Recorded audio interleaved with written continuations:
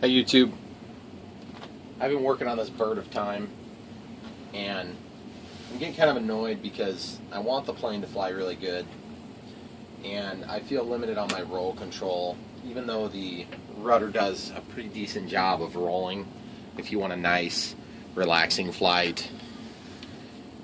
I've been torn between doing ailerons and flaps, spoilers, spoilerons, flapperons, combination therein, and I keep coming back to, if I just do spoilers, I'm probably going to end up with just a boring plane that's really easy to bring down quick.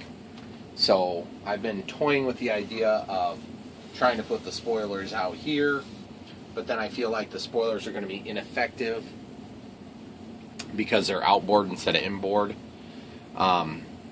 In the I think this is called the stabilizer portion of the wing, on this polyhedral here. The trouble is with this complex wing shape, cutting in an aileron is much harder. It's easier said than done, let's just put it that way. I've cut in ailerons before on planes, and it's very challenging to make it look nice at the end of the day, once the plane is already covered. I know there's people out there who could do this without thinking about it, but I don't do balsa wood very often, so it's tough for me. And at this point, I have a big enough differential in weight on my wings that I've actually had to tape some nuts down here at the end of the wing. So anyway, just want to let you know what I'm doing. I tried this Aileron design where the wings would pivot, and I just didn't have success with it, and I didn't want to have a failure that would cause me to lose a wing, and so I've abandoned that, especially with the polyhedral shape of these wings. I just think it's going to be too complex to get that right, especially being as I haven't done it before. So what I've kind of come back to is the safest bet, if it doesn't work great, I'm still not going to lose the plane, would be to go with a spoiler, and a spoiler only, not a spoiler that goes up and a flap that goes down. I don't think it needs flaps. I think the flaps are going to be a waste of time. And to be honest with you, if I want an aileron effect, I will have spoilers to do that. And everybody's saying, well, not everybody, about 2 people are saying that it's not going to work well. And basically, I know that it will work. It's just not going to work as effectively as having an outboard aileron. An outboard aileron, of course, is going to create a larger lever action. So maybe the way I could get the best of both worlds is to do a smaller deployment, which would inherently roll the plane a little bit better, tied with the rudder motion. As I understand it, that effect will create loss of altitude, so we're going to drop the plane when we do it to a certain extent, because what ends up happening is, instead of just creating this roll authority with an aileron, you're actually bleeding off the lift on just one wing versus both wings. So, but the idea is that will give me what I want, which is better control of the aircraft. And I'm just talking about control at critical times when you're completing more of a complex maneuver. You may want to be able to do that. The other thing is, I don't mind using the spoilers to help control the plane during normal flight either. I don't have to do it on most of the planes. I've got an Arcus M up here that's got spoilers as well, and I don't find that the spoilers are all that super necessary, except for landings, because the thing wants to carry, and it does help. It makes it much easier. You can land it in a short field. So I think the way I'm going to accomplish kind of the balance between what I really want, which is ailerons and flaps, but I'm not going to do that on this complex wing shape. And I'm not going to do a trailing aileron that's inboard, which would look a lot like a flap, because I think it's going to roll the plane poorly. I think I'm just going to go, and I'm going to try to come in either here or here, and I'm going to go across and make it fairly large so that I can make it more effective with less airflow over the top of the wing, because as you know, this plane can fly and does fly very slow. My hope is to use the monocoat as my hinge mechanism, and then my hope is to use this balsa wood, these sheets that I get from planes that have been long since completed. And that's going to end up being the piece that actually deploys. So in terms of hinge, there's nothing really added except for maybe a piece of tape if I have problems with the monocoat, or a fresh piece of monocoat if I need to. And then underneath, I'm only going to be reinforcing the structure, but to be perfectly honest, I'm going to try to put my servo in between these two things. And if I'm careful about it, I'll put the servo in so that we have less outboard weight.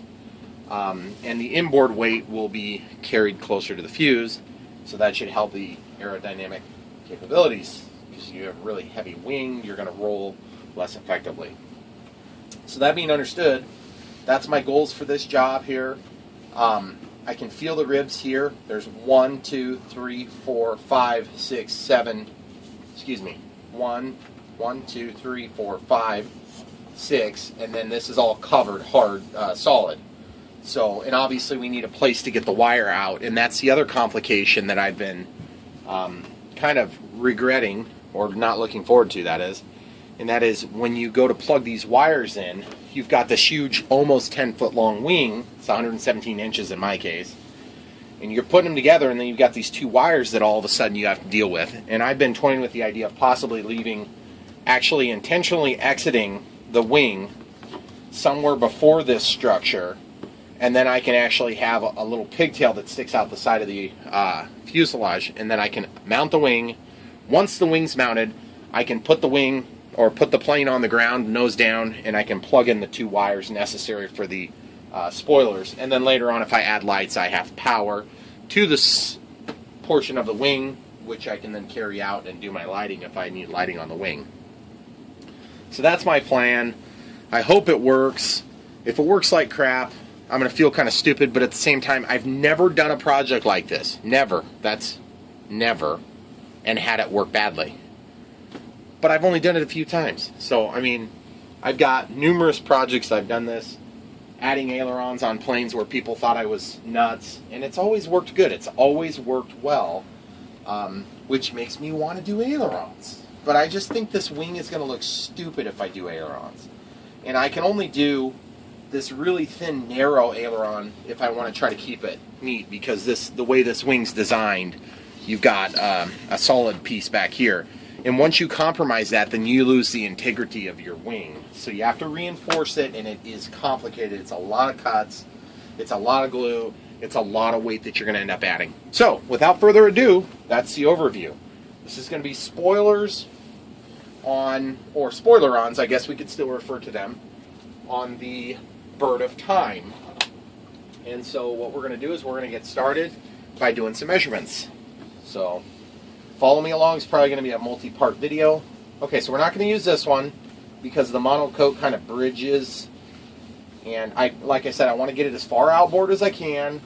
It might be kind of nice to be in there because I could see how hard it would be to take out the polyhedral in this wing, and then I would have a little bit more performance, because I will then be able to roll the plane with my fixture here. The other thing too I'm thinking about is, as I do this, if I have success, then adding ailerons later is always a possibility. I'm not taking away my ability to add spoilers, or excuse me, ailerons by adding these spoilers.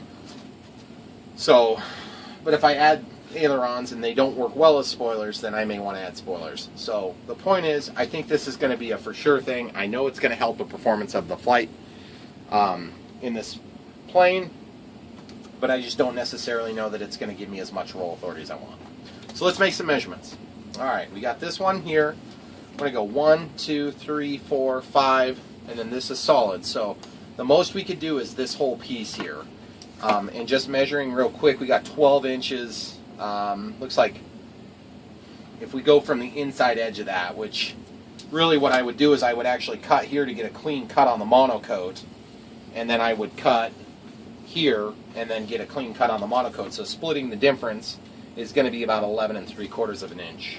So the other thing is, in terms of the depth of the spoiler, I think the huger the spoiler, generally the better, because you can always just do less deployment if you don't want as much spoiling effect.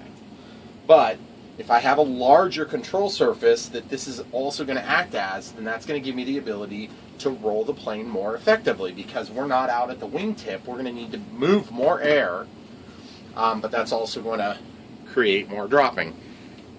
So I think going from here all the way to here is maybe a little bit too much. So if we go from here to here, we're looking at that 12-inch area, which is a pretty big piece. So I got to make sure I have enough wood to do that.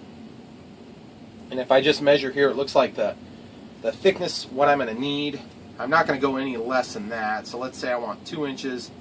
Yeah, let's say I want 1.5 inches. There's my 1.5 inch mark. So from 1.5 inches over, it looks like I could get up to about 14.5 inches. So it looks like I should be able to get what I need, because what I will do is I will take these two pieces, because they're just relatively thin, and I'll ply them. I'll actually hold them onto the ribs, and then I'll glue them, and that will hold that nice little shape. So when I have a deployment and a retraction, the retraction will get right in there and fit nicely. So the next step I'm going to do, now that we've determined we're going to go 1, 2, 3, 4, 5, not 6, okay? Now I just need to start marking and cutting. So the next step is going to be to take a marker.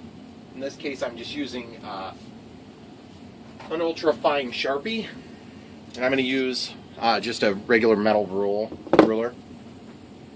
And I want to be careful with this so I don't cut the monocoat. And this is just to get a straight line. Now my hinge point could be up in the front, but I'd rather not go up in front, except that I can take and bear the load on there. I don't think I want to bear the load. I think I want to just take this natural hinge point here.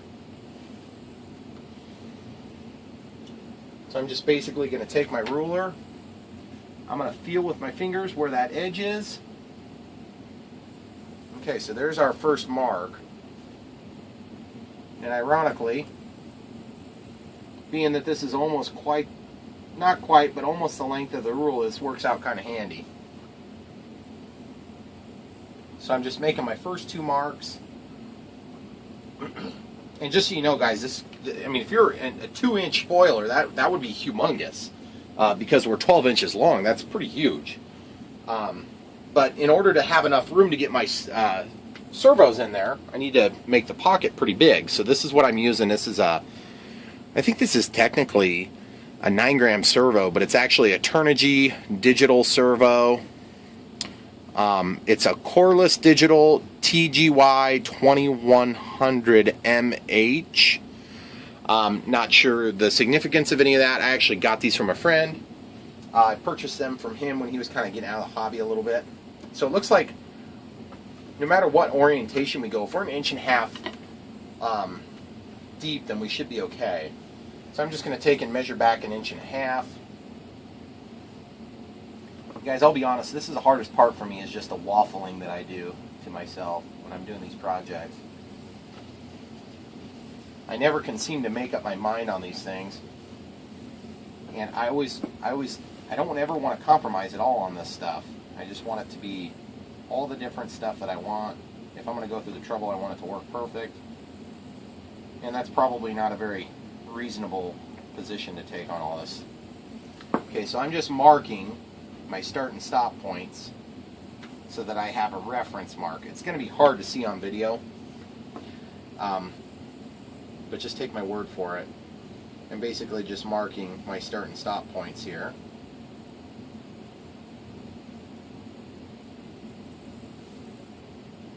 And then that's going to remind me exactly where to cut. So we're 1.5 inches. I'm just double measuring everything. Double measuring everything. Measure twice. Cut 3 times. That was a hilarious joke. Okay. Anybody who's seen me make one of these mods, you know it's true. Whatever. I'll do just fine. Okay, so we've got our mark. We know what that's going to look like. And it's very difficult to see because of the lighting and the color of the mark. But take my word for it, because I'm about to cut it.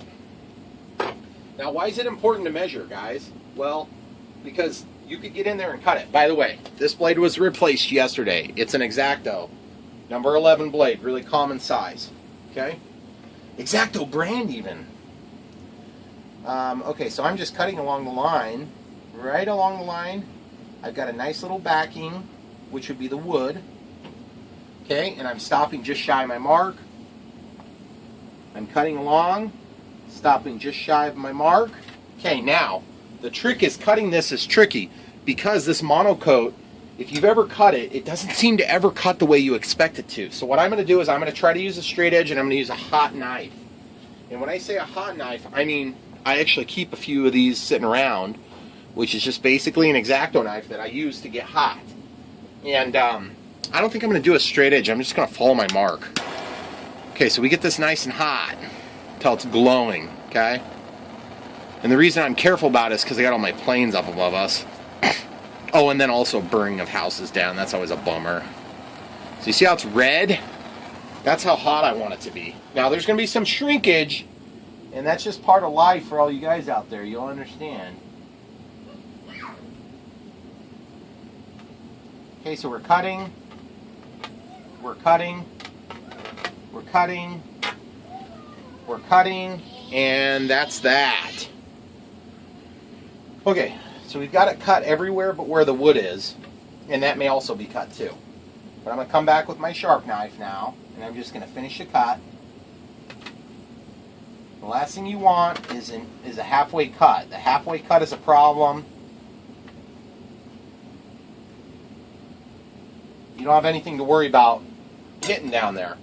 Okay, so now that you have that cut, you're thinking, well, what am I going to do with a monocoat? The monocoat's still stuck down, Brian. Well, if you've ever worked with monocoat, you would already know the answer to this question. And I have barely worked with monocoat. So I'm just going to get the iron out. Okay, and yes, I have a sock on there, which I don't know if you really need the sock or not. I don't really probably think it's that big a deal, but you guys need to let me know in the comments, all you experts of monocoatage. So I'm going to let this heat up. I'm going to put it on this little thing so that it doesn't catch the house on fire yet. Right next to my propane tank. It's just a joke, guys. Calm down. So, once that's heated up, I should be allowed to then peel it back.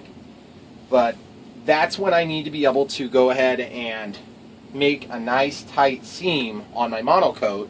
And so I want to have my tape ready, preferably some packing tape that's maybe not super high quality, just the cheapo stuff.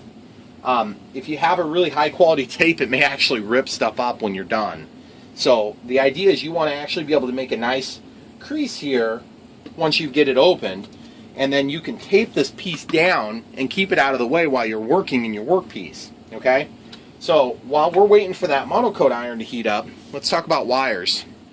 You notice where I picked, there's going to be a nice little channel here that's close to this. Now what I'm going to do is I'm going to grab the plane and bring it in. We're going to see where the wires end up.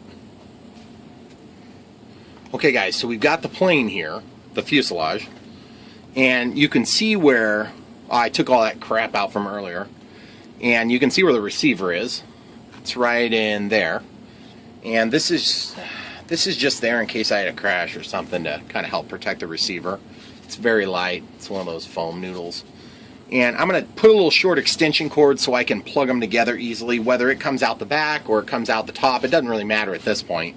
The idea is when this wing is on here, which looks like you're in camera still, you can kind of see where that's going to line up, guys. If we keep our wire close to this, we'll be in the front pocket. If we go back here, we'll be in the back pocket.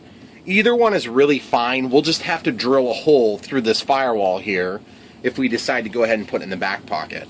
So I can smell the iron getting warm. I'm going to go lay this plane down. We'll come right back to you.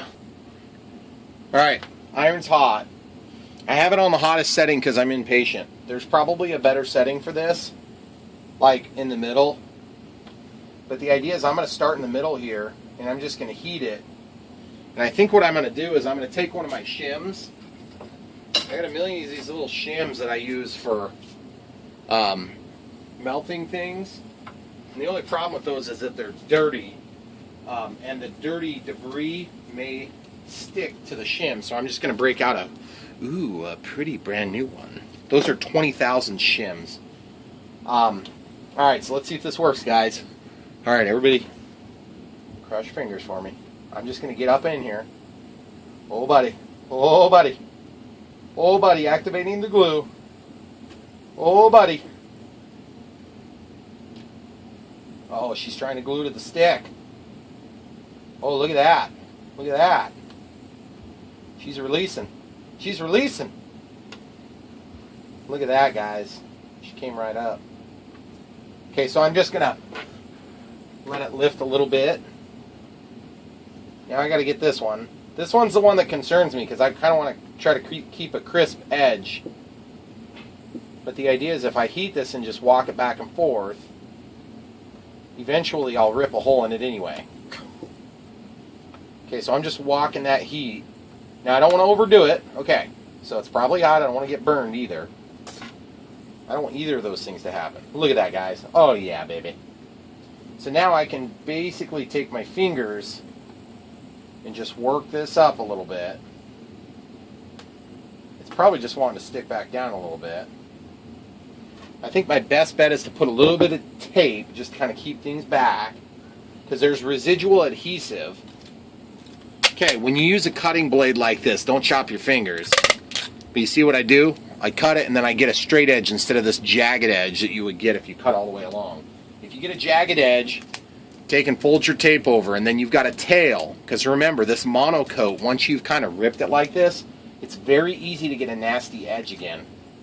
Okay, so I'm just basically going to, see, it already tried to split on me.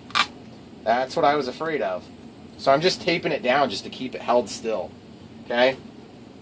So now I have to take my iron, and I'm just going to keep doing this thing all the way down the length of it. And once I have success, and I feel like we've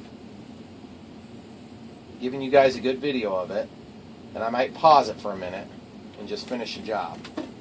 This is one of those things where, whew, depending on how it turns out, there could be some bad words that slip out. Okay, so I'm just working it with heat. Yes, yes, yes. The monocoat is releasing, guys. Sweet. Okay, so now I'm just going to walk this back. Just walking it back until I get to the edge. Okay, now I'm at the edge, and I'm going to actually crease it, if it'll crease, okay? I don't want to activate the glue. The glue is heat activated, as you probably know. And I'm just going to pull that little piece off that I was using to tape it open. And I'm actually just going to get this seam nice and tight, guys. Nice and tight. And then I'm going to tape it down right here. Perfect. Okay. Voila. There you have it, guys. Now I can start milling this down. And you see, this is like an I-beam. There's a shelf and then a vertical piece. And so I want to be sparing in how much I remove, if any. And when I say if any, I say that kind of jokingly because obviously I'm going to have to take material off. But I just hope it's not too much and then it weakens the structure of the wing. I mean, obviously we're going to weaken the structure of the wing just by cutting the monocoat. So let me pause it and we'll come right back to you. Alright, so I taped 3 places just to keep that opening where it needs to be.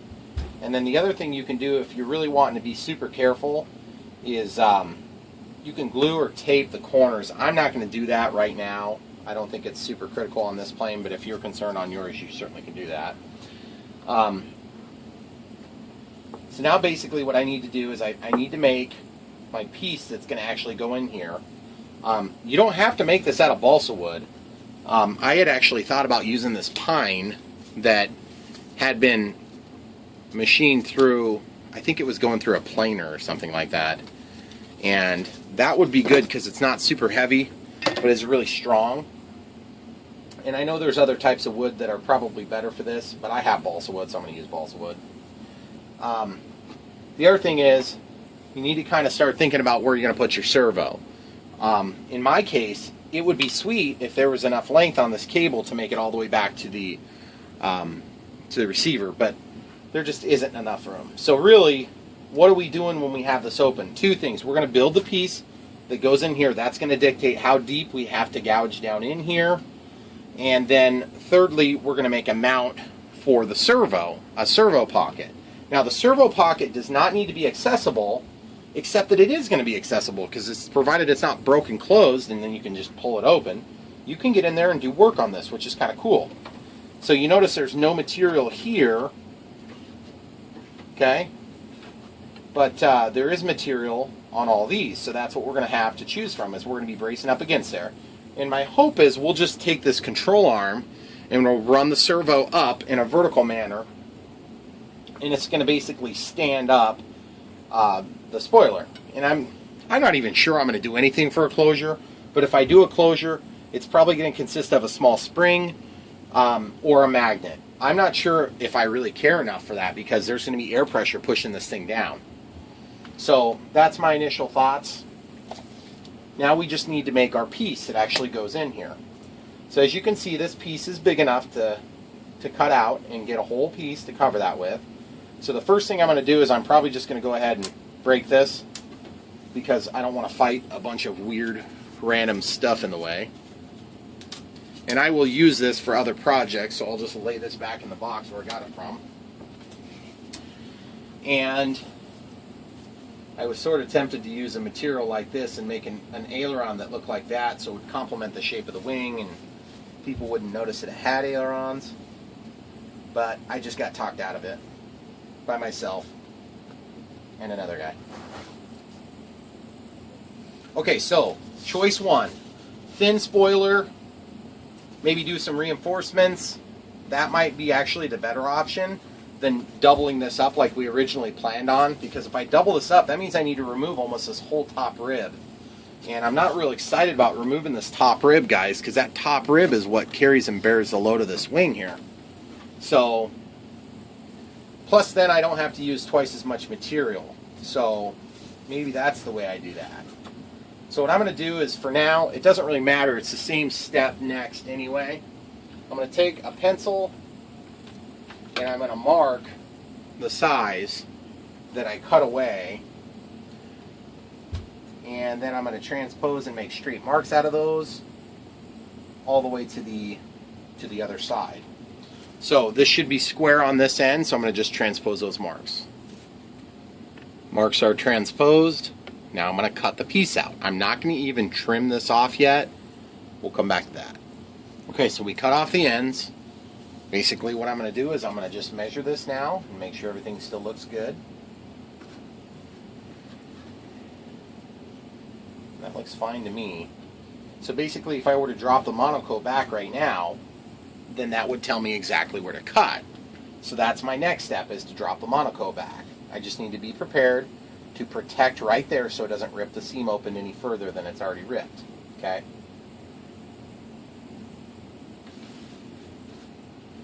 And there's going to be some sanding going on here, so it's just ever so slightly oversized.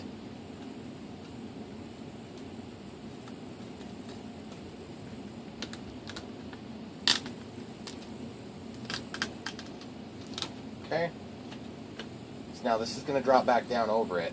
And keeping in mind that we do have some sanding and stuff that's going to take off these rough edges. And it's also going to bring us back just slightly further than what we're seeing right there. But you get the idea. That's the basic spoiler is what's going to happen. And we're just going to cut this just shy of that. So what I'll do is I'll take a mark with my pencil, and then I will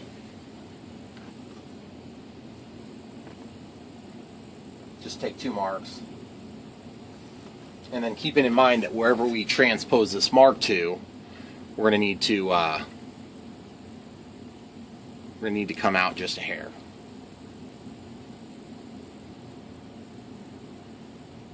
Alright, so there's your basic spoiler, right? You got no reinforcements on it, so you can bend it a little bit. And you can see there's a line there where we cut, or where we cut beyond. You can see that's a pretty good fit there now. That pretty much more or less fills that void, which is what we wanted to happen exactly. The only problem with this is that that fills the void, and we're going to end up taking up a lot of the structural strength when we do that, because we're going to have to cut down these ribs. So what we could do is we could sister join in there. We could take in and just run some material flat along here that would help to bear the load, but I'd really like to just not mess with it and just leave it. But I just don't think we're going to get that lucky. So what we're going to do is we're going to mark the location of these pieces so that we can make a plan around them, which we kind of knew where they were before. Go ahead and make an arrow at some point, and that arrow is going to tell you your orientation so that as you make your trim cuts, you'll know which direction everything needs to end up. So I've got a little arrow here that points forward. So our option is to either tape this on, knowing that it's not going to be totally flat, or we can reduce the thickness of these things. I think we're just going to do a little bit of both probably. But for now, let me go ahead and pause it, and I'll figure out what we're doing. All right, so what I'm going to do is I'm going to take this piece, and where I marked my ribs, I'm going to actually put a piece to flank each of the ribs, and that's going to help to give us some more strength on this spoiler, so that if I end up deploying it on the inboard side, I mean, I'll probably go ahead and just deploy it from the center because I should be able to get very close to the center. But the idea is you want it to actually resist the airflow. Right now, I just think it's going to be more likely to just want to break on us. So that's what we're going to do next. We're going to take this extra material from our original cut. We're going to cut it the other direction. So we got the grain going this way, so we'll cut some strips, maybe a 1/4 inch thick, and then we'll just run them along, and I'll come back and show you how that looks when we're done. So it's going to look something like this, okay? And that's going to be all the way down the length of this for strength. Okay, so this is what we've got so far, guys. Just got one on each end so far. And like I said, we're going to flank, maybe not 1, 2, 3, 4, 5, 6 of them, but we're going to at least flank a few of them.